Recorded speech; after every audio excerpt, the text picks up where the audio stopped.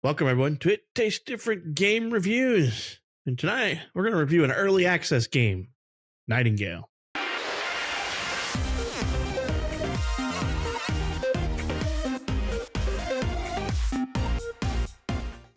Nightingale is a survival game by Inflexion Games. It's developed and published by them. It entered early access on February 20th, 2024, and is a steampunkish Victorian era survival game. You know, that's really all it boils down to. It's got, they say, some RPG elements such as questing, but that's about the only RPG element that's in it, and that's very light, very, very light. It's only out on Windows, so, you know, take it what you will. Unreal Engine 5, real consoles. Something happened on Earth, and you're traveling through interdimensional realms. And each one of them is procedurally generated by cards that you slot into the machine to enable traversal.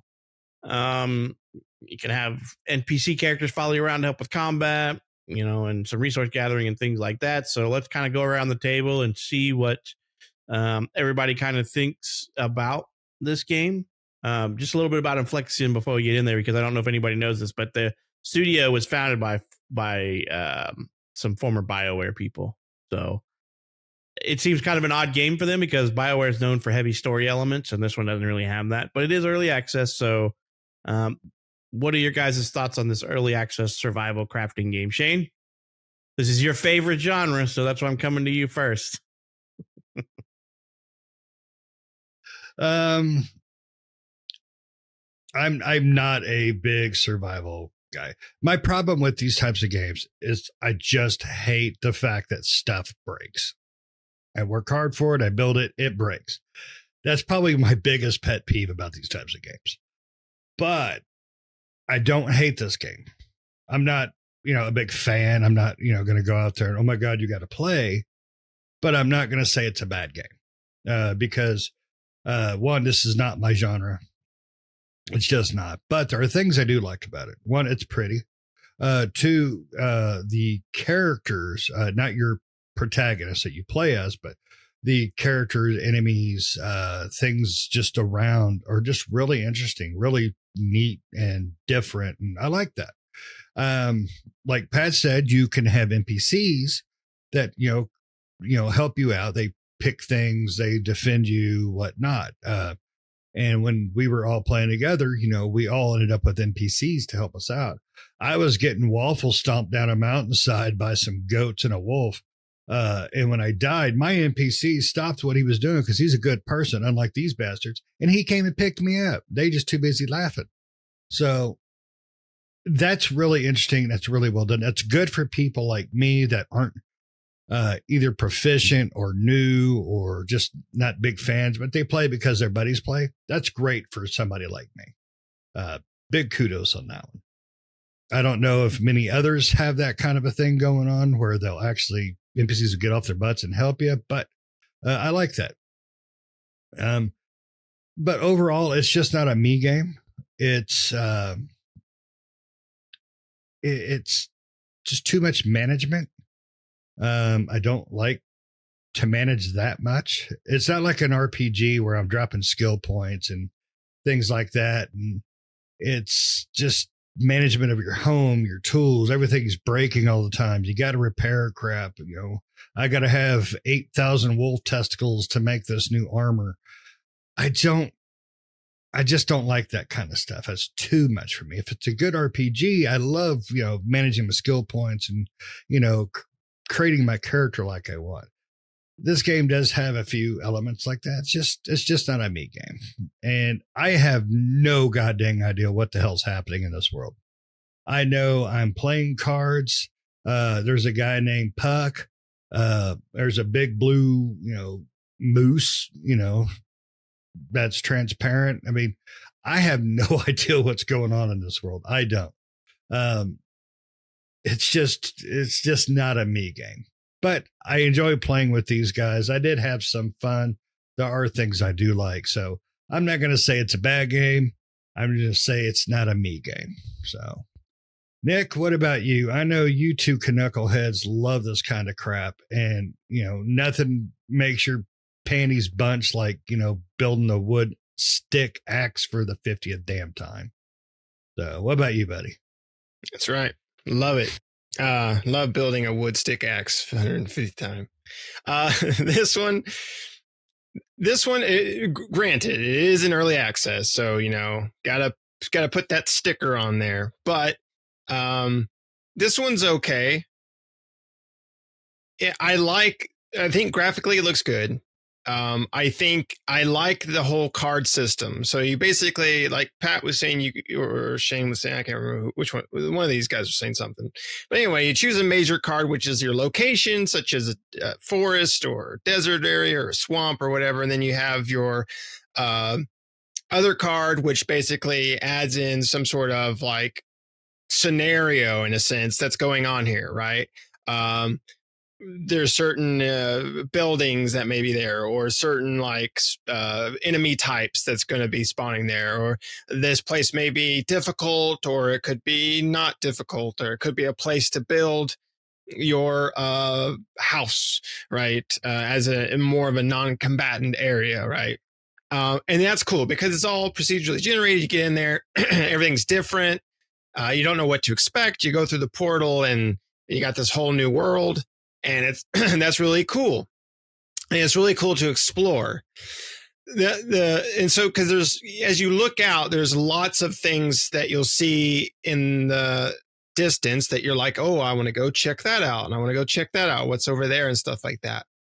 The only problem I find so far is with that part is, and we played quite a bit. We went through a few worlds and stuff like that, and while there is stuff to explore, I don't feel like there's enough, not necessarily places, just not enough things going on outside in the world, right? There are places that you can go into and explore them, but they all are pretty much structured the same way. And once you've seen one dungeon, you have seen all of them, because even though the layout might be slightly different, you get in there and you're like, that stairwell and that rock wall looks the same, and that enemy came from the left side just like the other place, and it's like, oh, there's a treasure chest in this corner, I bet. Well, sure enough, there's a treasure chest in this corner, right? Like, it's like all of that, right? It's just very much like, even though they're unique as far as the way they look, they're not very unique in the fact that, even though the structures are different and laid out in a different way, they're pretty much the same concept wise throughout the entire thing. So that's the thing that kind of sucks about it. I do like the whole, like I said, the whole card system and the warping to different zones and stuff like that. But this game, again, it is early access, but it does have a lot of bugs. It's got a lot of issues with combat. Sometimes seems wonky. Your AI counterparts, building, knocking down, even doing stuff like chopping down trees and stuff like that. Sometimes trees will fall and nothing comes out of them. I've had that happen to me a few times. Sometimes it takes forever for one tree to fall down, whereas it takes like no time at all for the same tree to fall down. It's really strange. Me and Pat figured out, or at least we think we have, that going around the tree seems to knock it down faster. We don't know. It just seems to. Either that, or we're spending the same amount of time. It just feels like it. We're not 100% sure, but there's just a lot. There's a lot of good ideas. I'll put it that way. There's a lot of good ideas in this game. They're just right now not very well realized, and that sucks, right? Another game, Enshrouded, which we did not review, because a lot of these open world crafting survival games all came out. Power World, Enshrouded, and then this one all came out around the same exact time. Between Nightingale and Enshrouded, and the reason why I use that one is because Power World's all like, pals and things. It's more like Pokemon, but with crafting. This, Enshrouded is very similar in a way to Nightingale. They don't have the card system in the different realms, but you have the like kind of open world RPG system. But I think Enshrouded is a much better game, and they're both early accesses. But I think Enshrouded came out in a much better place. It had better, more realized ideas, and a lot of things in that game worked way better than they do in Nightingale. And Enshrouded looks really nice as well. It's a really nice looking game. So, I mean, if you're out there looking at early access titles and you're not playing Power World and you're looking for something else, I would say Enshrouded is probably the better option to go with. I was really looking forward to Nightingale. Nightingale looks really cool. And you know, like I said, there's a lot of cool ideas here. It's just, I don't know how long it's going to take them to realize these ideas and make them, you know, come to fruition in this game. Because right now there's a lot of lingering ideas and really cool aspects of it, but they're not pieced together very well. It seems like they had a lot of ideas that you just threw into it, and all these ideas are there, and there's like, oh, that's neat if they can get this idea off the ground. You know, so that's the way I feel about it. Like right now, it's kind of like, it's an all right game. It's an all right survival game, but I think there's better choices out there. Patrick, what do you think, buddy? Yep. It was pretty fun at first, right? When you first enter it, you're like, okay, what's going on here? I'm traveling through these portals to these other realms. It tries to familiarize yourself with realm travel. You know, and then it gives you the basic entry point to crafting. And I would say within the first couple of hours, the shine starts to come off of the game a little bit, because progression is either intentionally hampered or they just haven't figured out how to streamline it yet. Because I feel like once you reach the second biome in the game, that you're pretty much like, what you need to do to progress is not clear, right? Like we did the first biome, we built up our base, and then we left and we went to the next biome, and we built a base there, and then we're like, okay, why can't I do this, or why can't I do that? And then come to find out that you can only build like the cairns, which allow you to set respite zones, can only be built in like friendly zones. Like you can't go into a zone with like automatons and this and that, without playing a card that I can't remember the card, but basically you have biome cards, and you have how would I put this, biome cards, and then you have your bonus card or whatever.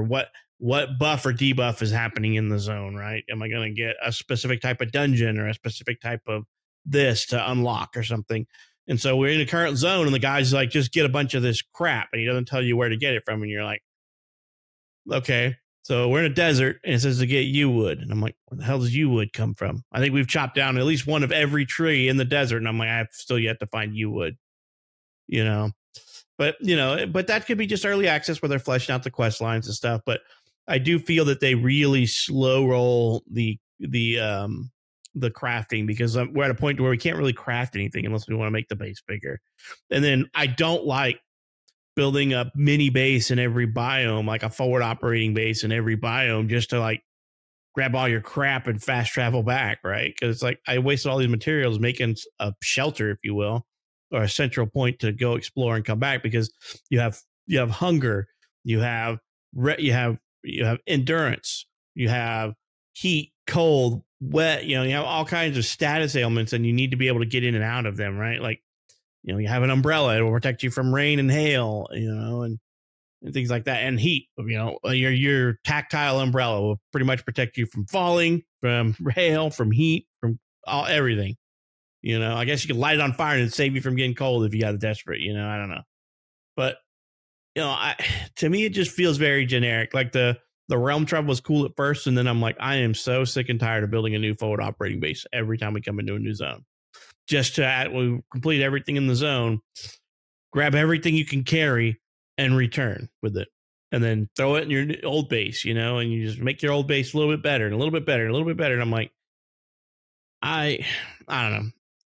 I'm not a huge fan of just building outward bases over and over and over, because that's always my problem with, like, you know, what was it, Valhalla, or was that the one we played a lot? It was Valhalla or whatever, or Valheim. Excuse me. There was Valheim. Yeah, you know, and I'm like, okay, at least with that, as I progress further out, that will be my new base of operation. This one isn't. It almost seems like it wants to bring you back to your beginning base.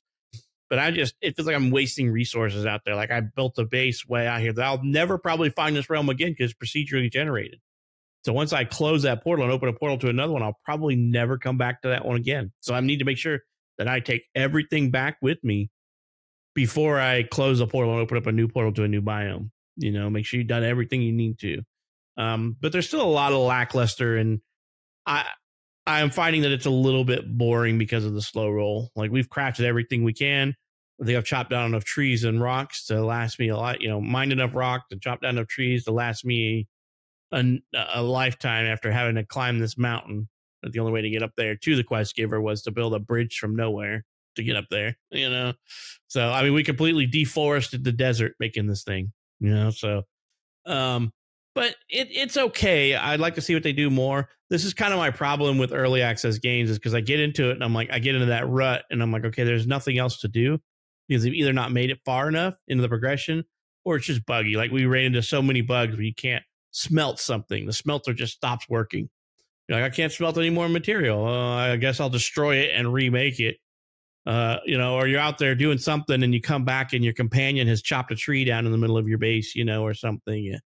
The base is destructible and the companions have felled trees right in the middle of the base. And you're like, well, there went half the base. I got to rebuild it now. Thanks a lot, So the companion system is cool. I mean, they'll follow you and do combat, but I mean, Sons of the Forest has Kelvin. He'll do the same thing, so that's nothing new. Except for everybody can have a companion here. So if you have 6 or 4 people in your realm, they can each recruit a companion. You can have like 8 people running around, or how many people everybody gets their own companion. So it's more to be seen. It's an okay game right now. I would say it's very middle of the road. I'd read a long time ago when these people first peeled off from BioWare and started making the studio, that this was supposed to be an MMORPG. And then it got pared down into the survival crafting game. So I don't know if the redirection has kind of hosed them a little bit. They need to put something out to recoup some money so they can keep going. Because this is a fledgling studio, right? This is their first game. So, I will keep an eye on it, but this is why I hate early access games sometimes, because I get into it, I played it, and then I don't really want to come back to it when it's fully released, even though there's probably a lot of great quality of life improvements out there. Like, Subnautica was one of those ones I played in early access, and I got as far as I could because there was really no story in it when I first got into it. I'm like, cool, I built this big ass base, all this cool stuff, and now I'm done. And then when the game released, it took me probably 2 years after the game released to come back to it, because I'm like, ugh. Then a buddy of mine was like, hey, they've refleshed out the story. There's story now that gives you direction. I'm like, okay, cool. I'll check that. And I really loved it. So I get burned on early access, so I try not to do a whole lot of early access. And this game feels like that to me. It's like, okay, I've hit that wall in early access where I need to stop. I'm being forced to stop because I can't progress really can't progress. So, but to me, it's middle of the road game so far. It's not a bad game. It's not a great game. It's just an okay game. Yeah, middle of the road, and they have traffic. some issues with food as well in that game. I mean, again, it's stuff to work out, but hunger in that game is the most ridiculous system I've ever seen, because you go from not being hungry. It's 0 to 60 in this game. It's not being hungry to being starving to where you're dying. And if you're not paying attention, all of a sudden your character's like, and the screen's all flashing, like, what the hell's going on? I was just fine. And you look down and you're like, got 4 health left, and it's ticking down, and it's because you're hungry. And it's like, what the hell? It's like, you don't go from like, oh, I'm starting to get hungry, like I need to eat. It's just like, yep, now it's time to eat. You better eat something. You're dying. It's been 5 years and you haven't eaten a morsel of food. It's also the quantity thing is bad in this game. It's also the quantity you have to eat, because it doesn't seem like, I mean, you could shove down 5-6 wolf steaks or a moose meat, and it takes forever to, seems like it fill you up, but it doesn't last long enough. That was kind of a crappy thing. Yeah, the hunger notification in this game doesn't exist, right? It doesn't tell you until you're about to die that you're hungry. That's the bad thing. But I swear I've looked down at my bar and I'm like, oh, I'm a third. I'm 1/3 out of 2/3 full. So I've got like 1/3. My tank is at 1/3, and I'll start chopping some trees or doing something. Next thing I know, my screen's flashing red, and I went from 250 health to 4. Like Nick said, I'm like scrambling to find food in my bag real quick to feed her before she dies, and I'm like, are you kidding me? Like, you should start doing something like tummy ache noises or something. But when the food meter runs out, instead of just immediately going, quick, that's quality of life things that they will improve and they will fix. It's just, there's a lot to be desired in the interface and tool tips and things like that, and that's just all quality of life stuff that needs to come out. I really dislike early access games because of stuff like this. Like, I understand some concepts of, I mean, what's that one that we played, the horror game, like, that we played with the single guy who made, the guy, Phasmophobia. Oh, one guy made a game and put it in early access. Okay, cool. That's probably the only exception to that rule, but at the same time, I'd much rather wait till he has a full game out, because then I don't have to keep coming back to trickle in the content. As you guys know, I'm not a DLC player, so I don't play a game and then come back to it later. I am not Nick. I will not pick up Castlevania again and play it, or any of these other games that I played when I was younger. That's just not me. I won't beat a game and then come back to it. As much as I loved Starfield, I beat it, and I could not bring myself to cycle through it again, because you're supposed to keep cycling through it, cycle through. As much as I like the game, I cannot find myself to do that. And Near Autumn is again, when you can play it and change the story, and I'm like, I played through it already once. Even though the story changes, it's not me. I've experienced the game. I don't need to experience it 5 more times. I don't have that much time to do anything.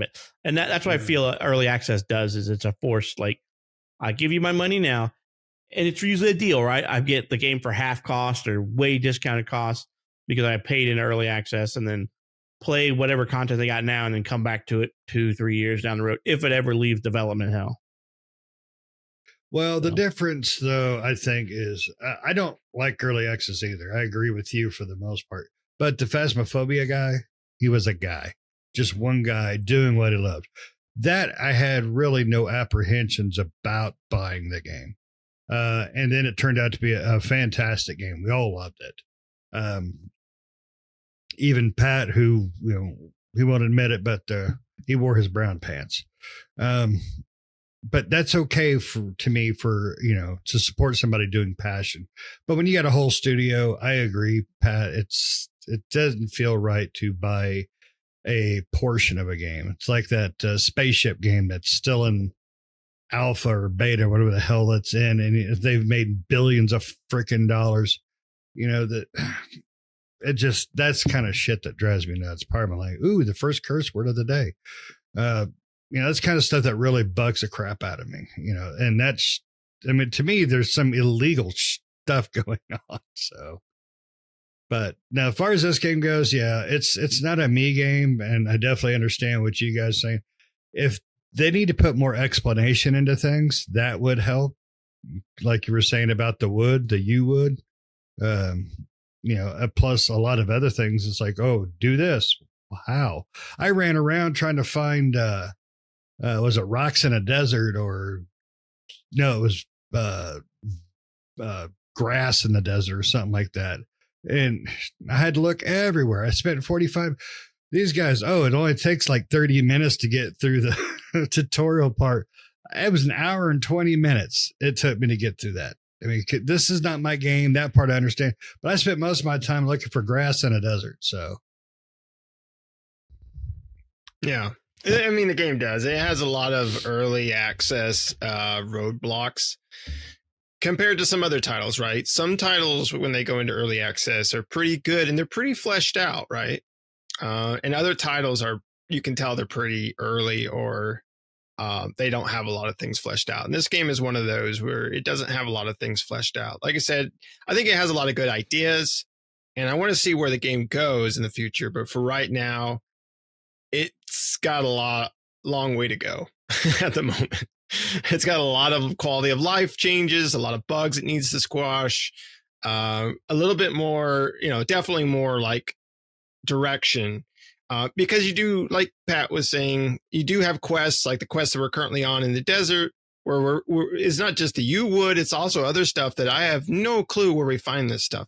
And we assume that we find it in the biome that we're in, but I'm not 100% sure we find it in the biome we're in, because we've pretty much explored the heck out of that place. Now, it is big. We haven't explored all of it, but like Pat said, we've chopped down every damn tree we've seen there, and none of them say you would. And we've crafted everything we can craft. And we even found new people that have quests and they want us to make carved wood. We don't know how to make carved wood. We don't have anything that makes carved wood. How do we get carved wood? I don't know. So I can answer that. I got carved wood when I tore up a desk I found and a chair. I got carved wood from it. Well, there you go. So somebody we else need to find furniture and bust it up. Yeah, you go to you go to your local furniture store and you just start wrecking it. You start chopping furniture. Chopping furniture. Go to IKEA. I mean, like I said, I like the NPCs. I like the whole card system. I think that's a really cool idea. And they also have minor cards, which you can like find within the realm to like change the realm or give the realm buffs or debuffs or various things like that, right? While you're in the realm, which is really cool. You can play these cards to affect the condition of what's going on. So the whole card system is a really neat idea for a survival game.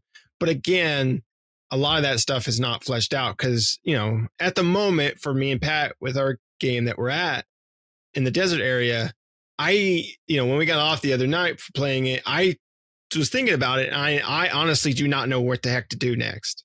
Like if we got on, I'd be like, I don't know. Do we go just aimlessly searching around? Because the desert that we're in right now is huge and most of it's flat and sand and nothing else.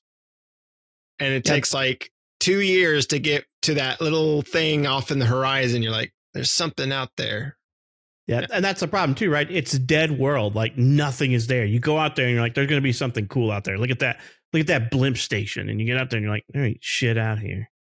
Climb all the way to the top of it and there's nothing up there. And you're like, well, this was a waste.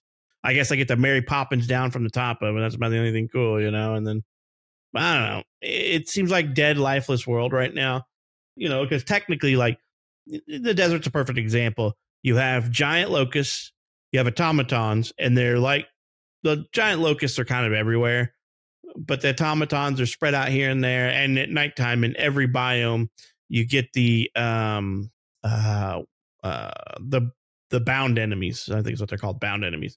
They spawn at nighttime, and and that's your enemy in a zone. So in an entire desert, you've got grasshoppers, maybe the occasional scorpion if you pass by one. Some weird looking elephant creatures that are non-aggressive.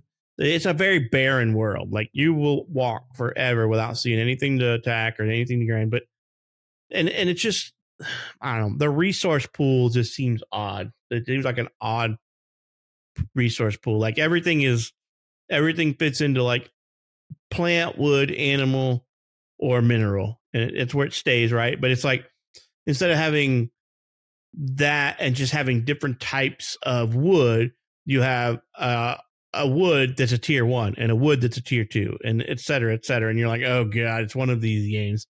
Instead of just having like a hardwood, a maple, or this or that, naming the wood, there could be 17 umpteen varieties of tier 1 wood and then umpteen versions of tier 2 wood and et cetera. And the same thing with the animal meat and the animal products and the minerals. You're like, oh, it just calls for however many pieces of tier 1 and and then you use that and it changes the stats on your weapon depending on which tier 1 material you use. Then so many pieces of tier 2, et cetera, et cetera. And you're like, how do I know which is the better one to keep for later? Should I be using this nickel for this or should I be saving it for copper? What should I be doing with this? So the game just doesn't lead you enough right now, which is what it is. What it is. It's an okay game, and that's where I'll leave it. It's like an okay game. I've had fun. I honestly have just a little bit of desire to play some more just to figure out what's next. But at the same point, I feel like what's next is going to be a dead end. It seems like it's slowed down that much in crafting. Yeah. Yeah. And I don't know. I mean, I almost feel like we need to leave the desert and go somewhere else. That's almost what it feels like. Yeah. All right. You guys got anything else to say about Nightingale or that studio in Trexion or however you pronounce their name? I would wait for Inflexion. it to be completed before I would pick it up, in my opinion. I think there's a lot to be desired, a lot they can do still, a lot of that quality of life stuff you were discussing. So I would wait till it's many more updates are fully, completed. That's Right. just me. And so, like I said, there are some roadmap content out there. There's supposed to be a ton of features and stuff going into the work. There was a big controversy about being an online required game, even though you could play single player. So they're putting offline mode in there. They're adding more realm cards, more biomes, supposedly quests. Some your character's in. Is it third person? Yeah, you're in third person, right? Yeah, you're in third person. I can't remember if you're in third or first. No, I think it's first. It might be first. Yeah. So, but they're adding a whole bunch of stuff related to character design because the character design is kind of bad right now, I would say. So they're just doing some of that. The game needs a crafting, some crafting queues and things like that where you can craft multiple items. Because if Nick is crafting something in a pot, or a smelter, and I want to put a different metal in the smelter, I got to wait or either build a second smelter, which is fine. That's how typical most games. We'll see. To keep an eye on. It's not a bad game. It's an okay game. If you like survival crafting games, this one, in my opinion, has enough content in it to get you by right now. I don't know how much. What was this? It was a $30 game. Can't remember how much it was. It's like 15% off right now. Yeah, it's $30. I think it's 30 right now. So, it's $30. It's probably worth it, in my opinion, at where it's at. $30. I could say that's a good, decent price for it. So if you like survival crafting games and you're willing to deal with a little bit of bugs for an early access game, then you should get it. Right. I would like to know if any of you have played it. What do you think about it? What do you think about this compared to the other survival crafting games out there and the realm travel and building forward operating bases that you eventually just abandon? How do you feel about this kind of game? And then do you think this is worthy of ex-BioWare, team members? Let us know what you think down in the comments. And we are over. This episode is done and out. We've steampunked out on this one. So if you made it this far and you're not subscribed, help us out. We need those. We need that help so we can keep doing videos and stuff because we enjoy talking about games. And if you've stuck around this long, then you either are a masochist and just like being tortured, or you actually enjoy what we have to talk about. So join in the conversation with us. Let us know what you think down in the comments below and hit that bell to get notified. We put out new videos every week. We hope you enjoyed this episode. See ya.